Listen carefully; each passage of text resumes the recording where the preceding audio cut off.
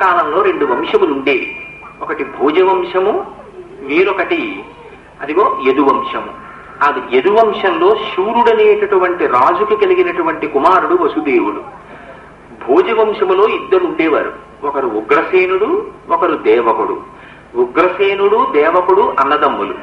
ఆ దేవకుని కుమార్తె దేవకి, ఉగ్రసేనుడి కుమారుడు కంసుడు.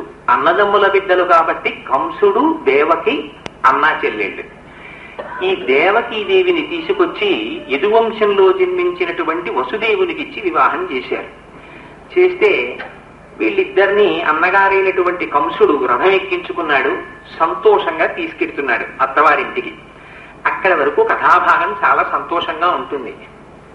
మనకి ఇంగ్లీష్లో చెప్పాలంటే కజిన్ అయినప్పటికీ కూడా కంసుడు ఎంతో ప్రేమానురాగాలతో పెద్ద సారినిచ్చి ఆ చెల్లెల్ని రథంలో కూర్చోపెట్టి, బావగారిని కూర్చోపెట్టి, పగ్గాలు తనే స్వయంగా పట్టి, అంతమంది రథాన్ని నడపగలిగినటువంటి సమర్థులు ఉన్నప్పటికీ తానే కళ్ళాలు పట్టుకుని నడిపిస్తున్నాడు. ఇంతలో అశరీరవాణి పలికింది. తుష్టయగు భగిని మెచ్చగ నిష్ఠుడవై రథము నడిపి దిరుగువు మీదన్ శిష్టయగు ఈతలోదరి అష్టమగర్భంబు నిన్ను హరించుజుమీ అని. ఊరి పిచ్చివాడా, తుష్టయగు ఈ సహోదరి, చాలా సంతోషంగా రథం నడిపేస్తున్నావురా. నీ చెల్లెలు సంతోషపడిపోతోందని సంతోషపడిపోతున్నావు. కానీ నీకు ఒక విషయం తెలుసా? ఈవిడ కడుపున పుట్టేటటువంటి 8వ సంతానం అష్టమ గర్భం నిన్ను హరించుజుమి, నిన్ను చంపేస్తుందని. ఈ మాట విన్నాడు. వినగానే అప్పటి వరకు రథసారథ్యం వహిస్తూ వెనకాతల ఉన్నటువంటి చెల్లెలు బావగారితో హాస్య ప్రసంగం చేస్తున్నవాడు గభాంగ రథం నుంచి దూకేశాడు. దూకేసి అప్పటి వరకు చెల్లెలు చెల్లెలు అని ప్రీతితో మాట్లాడినటువంటి వాడు ఒక్కసారి చెల్లెలి యొక్క జుట్టు పట్టుకున్నాడు. పట్టుకుని రథం నుంచి కిందకి లాగేశాడు. లాగేసి వరలోంచి కత్తి తీసి ఇప్పుడే నీ కుత్తుక నరికేస్తానన్నాడు. వసుదేవుడు మహాజ్ఞాని, గొప్ప భక్తుడు. ఆలోచించాడు. ఎంతో చెప్పాడు. అన్నవు నీవు చెల్లెలికి మన్నన్న చేయుటో, మడలిచ్చుటో, చీరలు సరిలిచ్చుటో, మజుల మందుర భాషల నాదరించుటో చేయక, మిన్నుల మోతలే నిజము మేలుని చంపకుమన్నా, మాని రావన్నా, వధింపకుమన్నా, తగదన్నా వేడెదన్ అన్నాడు. అయ్యో కంసా, నువ్వు మాకు బావదారివి, నీకు చెల్లెలు కూతురు లాంటిది. పైగా కొత్తగా పెళ్ళి కాళ్ళకి పెట్టుకున్నటువంటి పారాని ఆరనటువంటి ఆడపిల్ల. నీ అంత నువ్వుగా అత్తవారింటికి దింపుతానని బయలుదేరావు. పోని పలికినటువంటి వాడికి స్వరూపం ఉందా అంటే ఆకారం లేదు. ఎవరో ఆకాశంలోంచి పలికారు. మిన్నుల మోతలే నిజము మేలని చంపకుమన్నా. ఈవిడ చూస్తే స్వయంగా నీకు చెల్లెలు. అన్నవు నీవు చెల్లెలికి అక్కట మన్నన చేయుటో, మడలిచ్చుటో, పోనీ ఏమీ పెట్టలేకపోతే చెల్లెలింటికి వస్తే అమ్మా వచ్చావా అని తోడ పుట్టిన దాన్ని పిలిచి స్వాగతించి మాట్లాడాలి. కలిగిందా నీకు? మడలిచ్చుటో, చీరలు సారెలిచ్చుటో, పోనీ నీకు ఇవేమీ చేత కాకపోతే మధుర మంజుల భాషలను ఆదరించుటో, మంచి మాటలతో చెల్లెల్ని చక్కగా పలకాలి. వాళ్ళతోటి అక్క చెల్లెళ్లతో అన్నగారు ఎలా ప్రవర్తించాలో చూపించింది భాగవతం. తప్ప ఇవన్నీ మాని చెల్లెల్ని చంపేస్తానంటావేమిటో? అలా చంపకు, నా మాట విను, తొందరపడకు, ఆవేశపడకు, ఆ దేవకిని సంహరించకు అని పాపం ఆ వసుదేవుడు ఆ కంసుని యొక్క ఆ ఆగ్రహం తగ్గేటట్టుగా మధుర భాషలతో అతన్ని స్వాంతనపరచడానికి విశ్వ ప్రయత్నం చేశాడు. కానీ ఎప్పుడైతే తన ప్రాణానికే ఉపద్రవం వస్తుందని అనుకున్నాడో కంసుడు వెనుతిరగకుండా సంహరించడానికే సిద్ధపడ్డాడు. అప్పుడు ఆలోచించాడు వసుదేవుడు ఒక్కసారి, నేనిప్పుడు చెయ్యవలసినటువంటి తక్షణ కర్తవ్యం, మొట్టమొదటి తర్వాత పిల్లలు పుట్టినటువంటి వాళ్ళు బతికారో మరణించారో, లేకపోతే పుట్టినటువంటి వాడు కంసుణ్ణే సంహరిస్తాడో తరువాతి మాట. అసలు ఆపన్నురాలైన అంగన రక్షించి సుతులనిచ్చెదననుట శుభము నేడు, మీదెవ్వడిరుగును మెలత ప్రాణములతో నిలచిన మరునాడే మెరరాదే, సుతులు పుట్టిననేవి సుతులకు మృత్యువు బాలాయమై వెంట వచ్చెనేని, బ్రహ్మ వలన వీడు పాటేమి పొందొక ఉండునే సదుపాయమొకటి లేదే, పొంత మాపులవాని దహించకపోయి వహ్ని గవ్వులవాని దహించు భంగి, కర్మవశమున భవమృతి కారణములు తెలసి విరవంద ఇకనేల తొట్రుపడగా. ఎంత గొప్ప ఆలోచన చేశాడండి వసుదేవుడు. ఆయన మనస్సులో అనుకుంటున్నాడు, ఆపన్నురాలైన అంగన రక్షించి శుధులనిచ్చెదనలుట శుభము. ఎప్పుడో పుట్టేటటువంటి పిల్లలు, పైగా అసలు పుడతారో పుట్టరో తెలియదు. ఒకవేళ పుట్టినా అష్టమ గర్భానికి వీడు మరణిస్తాడు. అష్టమ గర్భం అంటే గర్భానికి 1.5 సంవత్సరాల వ్యవధి చూసినా 12 ఏళ్ల తర్వాత వీడు చచ్చిపోతాడు. 12 ఏళ్ల తర్వాత చచ్చిపోతావురా అనే శరీరమాని చెబితే ఇప్పుడే చెల్లెల్ని చంపడానికి ఉద్యుక్తుడైనటువంటి వాడి కథ వింటున్నవాడు 7 రోజుల్లో చచ్చిపోతావురా అని చెప్పింపబడినటువంటి పరీక్షిత్తు. అది విచిత్రం భాగవతం. అది ఎందుకు వింటున్నాడు? పునరావృత్తి రహిత శాశ్వత శివ సాయుధ్యము కొరకు వింటున్నాడు అని. పైగా బ్రహ్మ వలన వీడు పాటేమి పొందుక ఉండునే. బ్రహ్మగారు ఏం రాశారు? లలాటమనందు హరిణాపి బ్రహ్మణాపి సురైరపి లలాట లిఖితారేఖ పరిమాస్త్రం నశక్యతే. ఎవరికి తెలుసు? వీడు ఉంటాడా 12 ఏళ్ళు. అందుకని ప్రస్తుతానికి ముందు భార్యని రక్షించుకోవాలి, అందుకని కొడుకుల్ని ఇచ్చేస్తానని చెప్తాను. అయినా ఎవరు ఉంటారో ఎవరు వెళ్ళిపోతారో ఎవరికి తెలుసు అని అనలేదు వసుదేవుడు. ఎంత గొప్ప మాట వాడాడో చూడండి. దవ్వులవాణ్ణి దహించకపోయి వహ్ని ఆ పక్కనే ఉండేటటువంటి వస్తువుల్ని కాల్చడం మానేసి అగ్నిహోత్రం ఒక్కొక్కసారి ఎక్కడో దూరంగా ఉండేటటువంటి వస్తువుల్ని కాల్చేస్తుంది. అక్కడే పడుంటాయి కాగితాలు, ఆ కాగితాలు వదిలేస్తుంది. అగ్నిహోత్రం ప్రబలి దూరంగా ఉన్న చెట్లు కాలిపోతాయి. ఏమనాలి? కర్మవశమున భవమృతి కారణములు. ఎవడు చేసినటువంటి కర్మ చేత వాడు బ్రతుకుతూ ఉంటాడు, వాడు మరణిస్తూ ఉంటాడు. నేను మొన్న నిడదవోలులో ఒక ఆశ్చర్యకరమైన సంఘటన చూశాను. నిడదవోలు రైల్వే స్టేషన్ లో దిగాను. జనం గుమిగూడి ఉన్నారు. ఏమిటి ఇంతమంది గుమిగూడి ఉన్నారని చెప్పి అడిగితే అక్కడ చెప్పినటువంటి విషయం తర్వాత రోజు పేపర్లో చూసాం. ఏమిటి ఆశ్చర్యం అంటే, ట్రైన్ లో ఉండేటటువంటి లాబొరేటరీ హోల్లోంచి ఒక చంటి పిల్లవాడు కింద పడిపోయాడు. పడిపోతే వాడి నుంచి మొత్తం ట్రైన్ వెళ్ళిపోయింది. వెళ్ళిపోయినా పిల్లవాడు బతికే ఉన్నాడు. బతికే ఉంటే అంటే బహుశా చంటి పిల్లవాడు కాబట్టి ట్రైన్ ఏం తగలలేదు వాడికి. అక్కడ ఉండే హాకర్స్ అంటారే, ఈ తినుబండారాలను నమ్ముకునేటటువంటి వాళ్ళల్లో ఒకడు ఆ పిల్లవాడిని పెంచుకున్నాడు అని చెప్పారు. మర్నాడు పేపర్లో డీటెయిల్డ్ గా చదివాం. చదివి ఆశ్చర్యపోయాం ఆఫీసులో. ఎంత విచిత్రమైన సంఘటన రా ఇది అని. నాకప్పుడు ఈ పద్యం గుర్తొచ్చింది. నిజంగా ఎంత గొప్పగా రాశారా పోతన గారు. కర్మవశమున భవమృతి కారణములు, మృత్యుదేవత నోటి 2 కోరల చిక్కి బ్రతికి నొనక వేళ బ్రతుకవచ్చు కాక సైరింపవచ్చునే కథనమందు అంటాడు గయోపాఖ్యానంలో. ఒక్కొక్కసారి మృత్యుదేవత యొక్క 2 కోరల మధ్యలో చిక్కి కింద పడిపోయినటువంటి వాడు ఉంటాడు, బతికిపోయిన వాడు. మృత్యుంజయుడు, చిరంజీవి, మనం చెప్పలేము. అందుకని అగ్నిహోత్రం ఇక్కడున్న కాగితాన్ని వదిలేయచ్చు, దూరంగా ఉన్న చెట్లని కాల్చేయచ్చు. ఏం చెప్పగలం?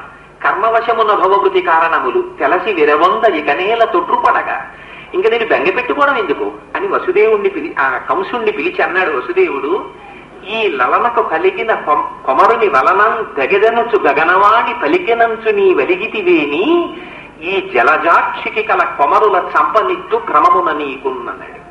ఒకవేళ నీ చెల్లెలైనటువంటి దేవకీదేవికి పుట్టేటటువంటి కుమారుల వలన నువ్వు మరణిస్తావు అని నువ్వు బెంగ పెట్టుకుంటే ఈవిడికి పిల్లలు పుట్టగానే తీసుకొచ్చి నీకు అప్పగించేస్తానన్నాడు. చూడండి, ఒక్కొక్కడి నిజాయితీ వేరొకడికి బలహీనతగా కనపడుతుంది. వసుదేవుడు మహాధార్మికుడు. ఆ ధార్మికతకి కంసుడు లొంగేడు. ఎంత కొడుకులైనా ఇచ్చిన మాట వసుదేవుడు తప్పడు, తీసుకొచ్చి ఇచ్చేస్తాడు. నిజమే, నిష్కారణంగా చెల్లెల్ని చెప్పానన్న అపవాదు నాకెందుకు, నన్ను చంపేవాడు 8వ గర్భానికి పుట్టేవాడు.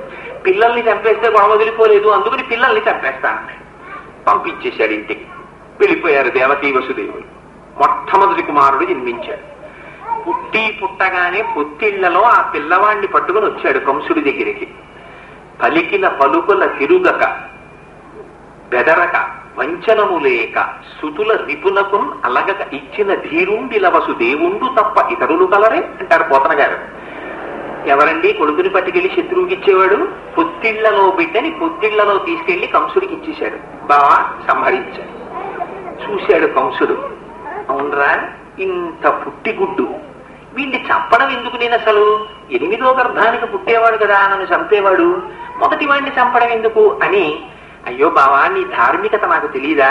నువ్వు ఎంత మంచివాడవయ్యా, ఇచ్చిన మాటకి కట్టుబడి కొడుకుల్ని తెచ్చేశావా, వీడు నాకు శత్రువు కాడోయ్, తీసుకెళ్ళిపో అన్నాడు. అంటే తీసుకుని వెళ్ళిపోయాడు. వెళ్ళిపోతే ఆ వెనకాతలే నారదుడు వచ్చాడు. ఒకనాడు నారదుండొయ్యన కంసుని ఇంటికి చనుదించి ఏకతమున మందలోపలనున్న నందాదులను వారి భార్యలు పుత్రులు బాంధవులను దేవకి మొదలుగా గల తెరవలు వసుదేవుడాదిగా గల సర్వ యాదవులను సురలు కాని నిజము నరులు కాలవి తెలిపి కంసుండ నీవు రకసుడవనియు దేవమయుడు చక్రి దేవకీదేవికి పుత్రుడుగా జనించు భూతలంబును చెరప పుట్టిన చెనటి దైత్యుల నెల్ల సంహరించునని తెలిపి చనియదివికి. ఆ నారదుడు వచ్చి ఏకాంతంలో పిలిచాడు కంసుణ్ణి. పిలిచి, ఓ కంస, నీకు రహస్యం తెలుసా? నువ్వు మొదటి కుర్రాడు నన్నేం చేస్తాడని కదా విడిచిపెట్టేశావు. అసలు నిన్ను చంపడం కోసమే వీళ్ళందరూ వచ్చారు. అసలు ఆ పిల్లాడు కాడు, వసుదేవుడు, దేవకి, యశోద, నందుడు, నీ తండ్రి ఉగ్రసేనుడు, వీళ్ళందరూ కూడా నిన్ను చంపడానికి దేవతల యొక్క అంశాలతో వచ్చారు. వీళ్ళందరూ కలిసి నిన్ను చంపేస్తారు చిట్ట చివరికి. ఆ తర్వాత నీ ఇష్టమని చెప్పి ఆ నారదుండు చనియదివికి ఆయన మళ్ళీ వెళ్ళిపోయాడు. ఆ మాట విన్నాడు.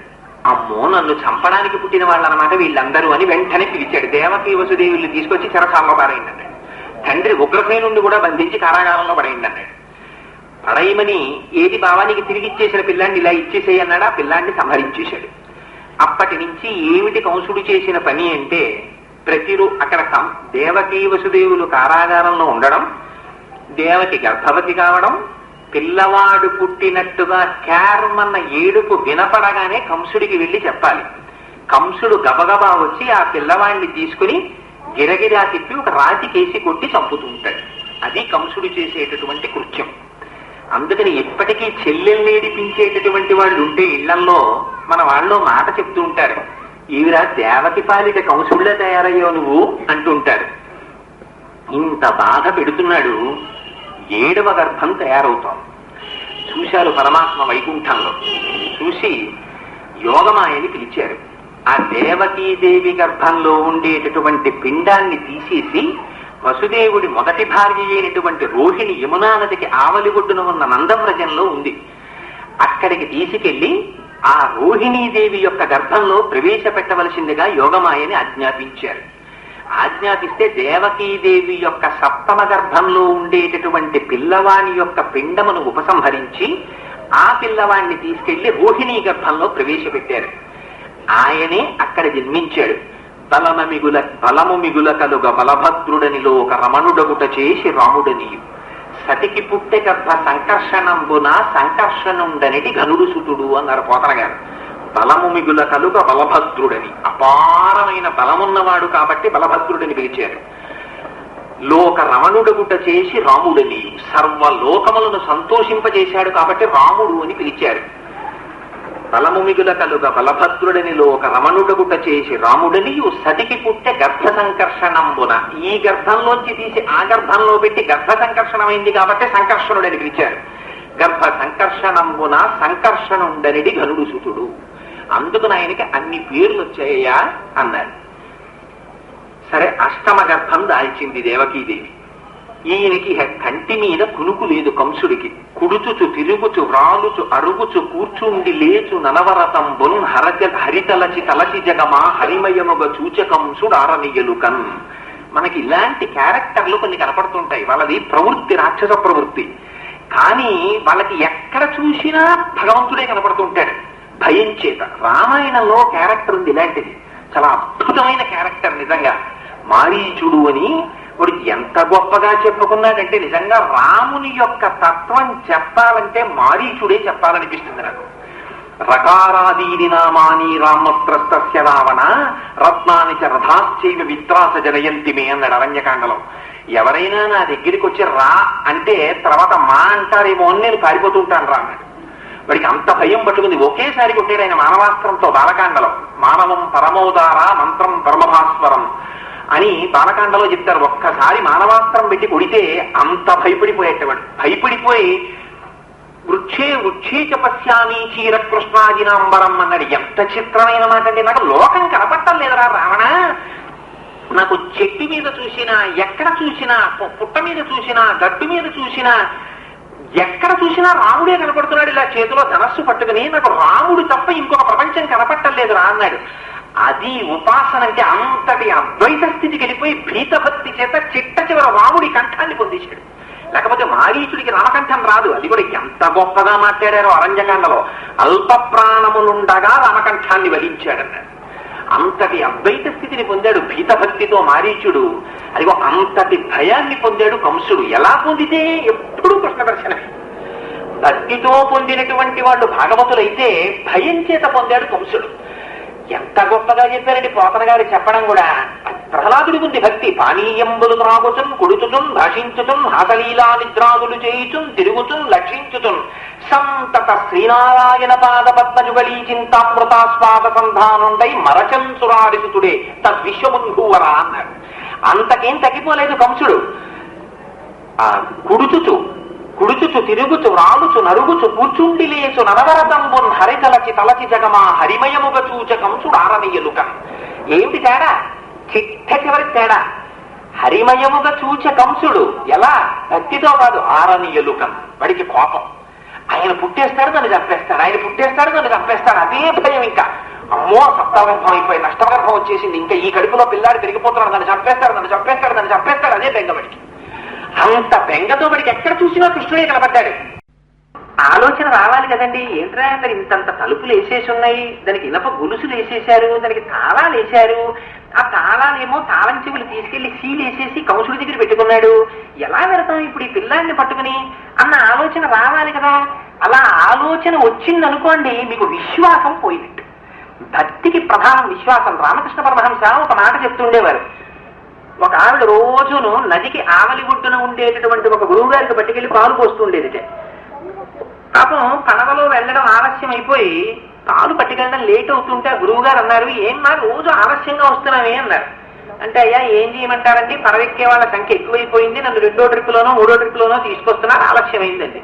అంటే ఆయన దుడుకుగా ఓ మాట అన్నారు, ఇప్పుడు గోవిందనామం పట్టుకుని సంసార సముద్రాన్ని దాటేస్తున్నారు, ఆ గోవింద అంటూ నదిని దాటి రాలేవు అన్నారు. అని లోపల గడిపారు.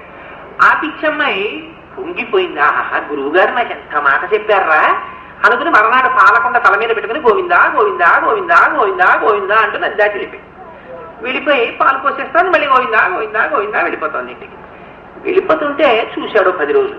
ఏడు రోజును అంత వేకువజామున వచ్చేస్తావా ఎలా వస్తున్నావు అన్నాడు. మీరు చెప్పారు కదా మహాత్మా, భగవన్నామం చెప్పుకుంటే సంసార సముద్రాన్ని దాటిన వాళ్ళు ఉన్నారని ఆ నామం చెప్తూ వచ్చేశారు.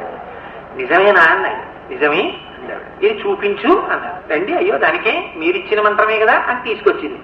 గోవిందా గోవిందా గోవిందా అంటూ వెళ్ళిపోయి నది నుంచి. గురువు గారికి ఆశ్చర్యం వేసింది, ఇప్పుడు అలా కూడా వెళ్ళిపోవచ్చా అని ఈయన కూడా పంచ పైకి పట్టుకుని గోవిందా అని కాలేశాడు. బుడుంగని వెలిగారు. ఆవిడంది చూసి అదేడో గోవిందా అంటే నీటి మీద నడిపించగలిగిన వాడు పంచ నడవకుండా చూడలేడా? ఇది నీటి మీద నడవగలనో నడవలేనో, నడిచినప్పుడు నిజంగా కాలు నిలబడుతుందో నిలబడదో, కాలు దిగిపోయి తగ్గుతులు పంచి తడిసిపోతుందేమో అని ఎత్తి పెట్టుకున్నటువంటి వాడు కలడందురు దీనుల ఎడ కలడందురు పరమయోగి గణముల పాలిన్ కలడందురు అన్ని దిశలను కలడు కలండనిడు వాడు కలడో లేడో సంశయాత్మ నిరసడు. అందుకని చెప్పిన వాళ్ళందరూ జ్ఞానుల. మీలో తరించే వాళ్ళు ఉంటారు. చెప్పిన నేను నిజంగా పరమాత్మ దగ్గర లిస్టు చూస్తే నా పేరు ఎక్కడో ఉంటుంది చిట్ట చివర. ఇక్కడ ఉన్నటువంటి వాళ్ళు ముందు పేర్లలో ఉంటారు. ఇది యథార్థం. చెప్పే వాళ్ళందరూ విశ్వాసం నిలబడడం ప్రధానం. అందుచేత ఇది విశ్వాసం అంటే. అందుకని వసుదేవుడు ఆలోచించలేదు, ఆయన్ని తల మీద పెట్టుకున్నాడు.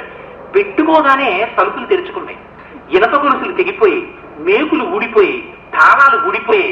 ఎలా ఊడిపోతాయి? విద్యతే హృదయ గ్రంథి ఛింద్యంతే సర్వసంశయా క్షీయంతే చాస్య కర్మాణి తస్మిన్ దృష్టే పరావరే. ఒకసారి భక్తితో భగవానుణ్ణి వహిస్తే శిరస్సునందంటే బుద్ధి యందు నేను సేవింపగ నాపదల్పడమని నిత్యోత్సవం బబ్బని జనమాతృండనని సంసార మోహంబు పైకొనని జ్ఞానము కలగని గ్రహగతులు కుందింపని మేలు వచ్చిన రాణి అవి నాకు భూషణములే శ్రీకాళహస్తీశ్వర. ఇక వాడికి బెంగుండదు. అందుకని తల మీద పెట్టుకున్నాడు. బయటికి వచ్చాడు. యమున ప్రవహిస్తోంది. శేషుడు వచ్చాడు పైన, పడగలు విప్పాడు. అంటే భక్తి జ్ఞానాన్ని కాపాడుతోంది. యమునా నది దగ్గరికి వెళ్ళాడు. ఆశౌరికి తెరవసగను ప్రకాశోత్తత తుంగ భంగ కలిత ధర సాకాశయకు యమున మును సీతేశునకు పయోధి త్రోవ ఇచ్చిన భంగిని. పూర్వం రాముడికి సముద్రం దారిచ్చేసినట్టుగా యమున దారిచ్చేసింది. ఆ పిల్లవాడిని పట్టుకుని వెళ్ళిపోయాడు. నందవ్రజంలో యశోదాదేవి చిత్రం ఏమిటంటే పరమేశ్వరుని యొక్క ఆజ్ఞ మేరకే అక్కడ యోగమాయ జన్మించింది. అందరూ నిద్రలోకి వెళ్ళిపోయారు. నిద్రలోకి వెళ్ళిపోయి ఉన్నటువంటి స్థితిలో వసుదేవుడు అక్కడికి వెళ్ళి యశోదాదేవి యొక్క మంచం మీద ఈ కృష్ణ పరమాత్మని పడుకోబెట్టి ఆ యోగమాయని తీసుకుని తల మీద పెట్టుకున్నారు. మళ్ళీ తిరిగి వచ్చారు. వెళ్ళేటప్పుడు కృష్ణుడు తల మీద ఉన్నాడు కాబట్టి దారిచ్చింది, వచ్చేటప్పుడు యోగమాయ తల మీద ఉన్నప్పుడు దారిస్తుందా? ఇచ్చింది. స్త్రీ పురుష నపుంసక మూర్తియును కాక, తిరియక అమర నరాది మూర్తియును కాక, కర్మ గుణ భేద సదస ప్రకాశి కాక, వెనుకనన్నియు తానగు విభుతలంతు. నువ్వు దేవీ నవరాత్రుల్లో అమ్మవారిగా ఆరాధన చేసినా, వసంత నవరాత్రుల్లో రాముడిగా ఆరాధన చేసినా, మహాశివరాత్రి నాడు అభిషేకం చేసినా ఒక పరమాత్మకే చెందుతోంది. ఆయనవే ఈ రూపములన్నీ నువ్వు గుర్తిరిగిన నాడు ఆ జ్ఞానము పూర్ణము. అందుచేత యోగమాయని తలయందు ధరించినప్పుడు అది పరమేశ్వరుడి యొక్క అవిభాజ్యమైన శక్తి. అందుకని యమున దారిచ్చింది, లోపలికి వచ్చేశాడు. ఇక్కడ చాలా జాగ్రత్తగా జ్ఞాపకం పెట్టుకోవలసిన అంశం, లోపలికి వచ్చేసిన తరువాత తలుపులు మూసుకున్నాయి, హృదయ గ్రంథి తెరుచుకుందంటారు. ఆ జ్ఞానం ఏర్పడినప్పుడు భగవత్ సాక్షాత్కారానికి ఆ తలుపు మూసుకుంది, గొలుసులు చుట్టుకున్నాయి, మేకులు పడిపోయాయి, తాళం తప్ప పడిపోయింది, తాళం చెవులు మళ్ళీ కంసుడి దగ్గరికి వెళ్ళిపోయాయి. వసుదేవుడు వచ్చి కూర్చున్నాడు. ఆయన కాళ్ళకి చేతులకి అంత ముందు పెద్ద పెద్ద ఇనప గొలుసులు వేశారు. ఆ గొలుసులు మాత్రం వసుదేవుడిని పట్టుకోలేదు. తలుపులు వేసుకున్నాయి, గొలుసులు వేసుకున్నాయి, తాళాలు వేసుకున్నాయి, మేకులు వేసుకున్నాయి. ఇన్ని వేసుకున్నవి వసుదేవుడికి కాళ్ళకి చేతులకి పెట్టినటువంటి గొలుసులు మాత్రం వసుదేవుణ్ణి తగులుకోలేదు. పదముల సంఖ్యల నిడుకొని మది తలచుచ సూరసుతుడు ముందరివోలెన్, కుదురు కల నీతి దేహము కదిలించుచు నూరకుండే గురువరతంబున్. ఎంత ఉపనిషత్ రహస్యం రాసేశారో చూడండి పోతరగా.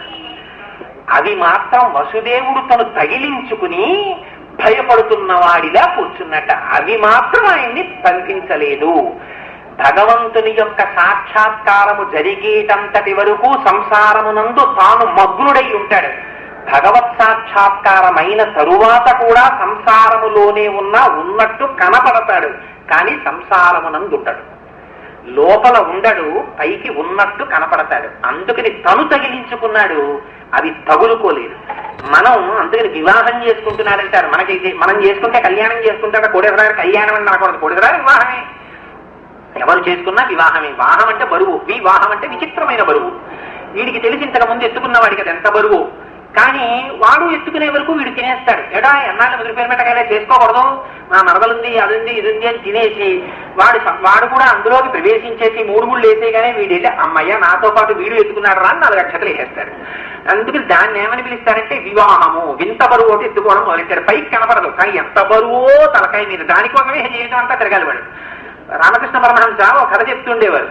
పూర్వకాలంలో ఒక ప్రసిద్ధ దేవాలయంలో, నేను పేరు చెప్తే మళ్ళీ ఏమైనా అనుకుంటారు, ప్రసిద్ధ దేవాలయంలో అర్చకులు ఉండేవారు, వాళ్ళు బ్రహ్మచర్యంలో ఉండేవారు. వాళ్ళు ఒకసారి రాజుగారు పిలిచారు. పిలిస్తే వాళ్ళు మేము అవతలమన్నారు. అవతల ఉంటే రాజుగారిని రమ్మని ఆశీర్వచనం చేస్తాం, మేము వెళ్ళడం ఏమిటి రాజస్థానానికి, మేము రామన్నారు. అంటే రాజుగారు అన్నారు మంత్రితోటి, ఏమిటో ఇంత పెంకితనం ఈ అర్చకులకి అన్నారు. అంటే మంత్రి అన్నాడు, మహాప్రభో అర్చకులు మీ దగ్గరికి రావాలని మీకు కోరిక అన్నాడు.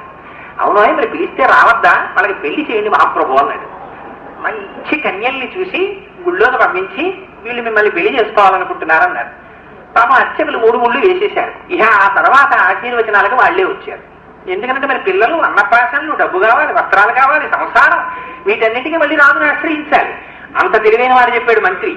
అందుకని వివాహం అది విచిత్రమైన బరువు, తలకెత్తుకుంటాడు.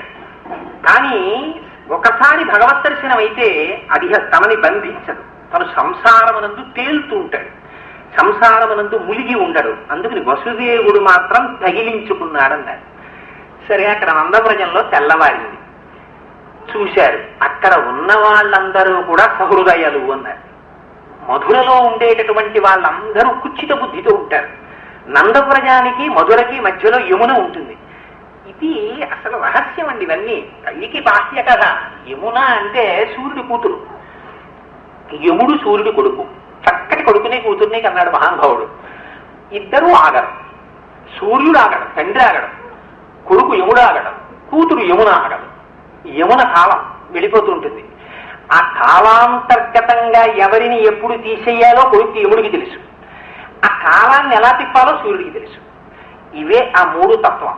అందుకని ఈ కాలానికి యువతల ఉండిపోయిన వాళ్ళందరూ మధురలో ఉంటారంటే మధురంగా తిప్పేటటువంటి మనస్సుకి వశం అయిపోయి వీళ్ళు ఉంటారు. యమునకి దాటితే నందవ్రజంలోకి వెళ్తారు. నందయతి ఇది నంద, ఆనందం ఉంటుంది అక్కడ. అంటే కేవలం భగవత్ శబ్దమే ఉంటుంది. అందుకని అక్కడికి వెళ్తాడు. మనస్సు ఉన్న చోట మాధవుడు ఉంటాడు.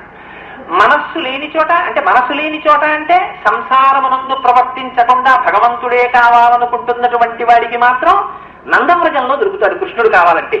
అందుకనే లీలాసుకుడు అంటాడు, మీకు కృష్ణుడు కావాలా, అదిగో నందవ్రజంలో రోటికి కట్టేసి ఉన్నాడు, వెళ్ళి చూసుకోండి అన్నాడు. అందులో అక్కడ దొరికిపోతాడు భక్తికి. అందుకని నందవ్రజంలో ఉన్నాడు ఆయన. ఆ నందవ్రజంలో ఉంటే అక్కడ ఉన్న మనుష్యులందరూ కూడా చాలా భక్తిపరాయణులు. వాళ్ళు తెల్లవారి లేచారు. వాళ్ళకే కొడుకు పుట్టినంత సంతోషపడిపోయారట. వార్త వచ్చింది. అప్పటి వరకు యోగమాయ యొక్క ప్రభావం చేత ఎవ్వరికీ తెలియదు. ఆ వసుదేవుడు తీసుకొచ్చాడు, ఆడపిల్లని అక్కడ పడుకోబెట్టాడు. పడుకోబెట్టగానే ఆ ఆడపిల్ల కారమని ఏడిచింది. ఏడవగానే వీళ్ళందరూ లేచారు. లేచి ఎంత చిత్రం అంటే వీళ్ళకి అంతకు ముందు ఏమైపోయిందో వీళ్ళకి తెలియదు. కృష్ణుడు పుట్టేశాడు, వెళ్ళిపోయాడు, అన్నీ జరిగిపోయాయి. వీళ్ళు లేచి తాళాలని చూసుకున్నారు. అమ్మో అన్ని జాగ్రత్తగా ఉన్నాయని గబగబా వెళ్ళి కౌన్సిల్కి చెప్పారు. మహారాజా అష్టమగర్భం జన్మించేసిందని. వాడు గబగబా జుత్తు విరబోసుకుని ఖడ్గం పట్టుకుని వచ్చేశాడు. ఆ పిల్లల్ని లాగేశాడు. అన్న శిమింపు మన్న తగదల్లుడు కాటిది మేన కోడలవు మన్నన చేయు మన్న విను మానిని చంపుట రాచపాటి కాదన్న సుకీర్తివై మనకదన్న మహాత్ములు పోవు త్రోవ పోవన్న సహోదరి కదన్న నిను శరణంబు వేడదన్నట్టు నిషో పాపం దేవకీదేవి 1కి 10 మార్లు అన్న అన్న అన్న అంటుంది. అన్నయ్య ఆడపిల్ల చంపేకనయ్య అన్నా కూడా లాగేసి రాతి మీదకి విసిరాడు. ఆ పిల్ల ఆకాశంలోకి ఎగిరిపోయింది.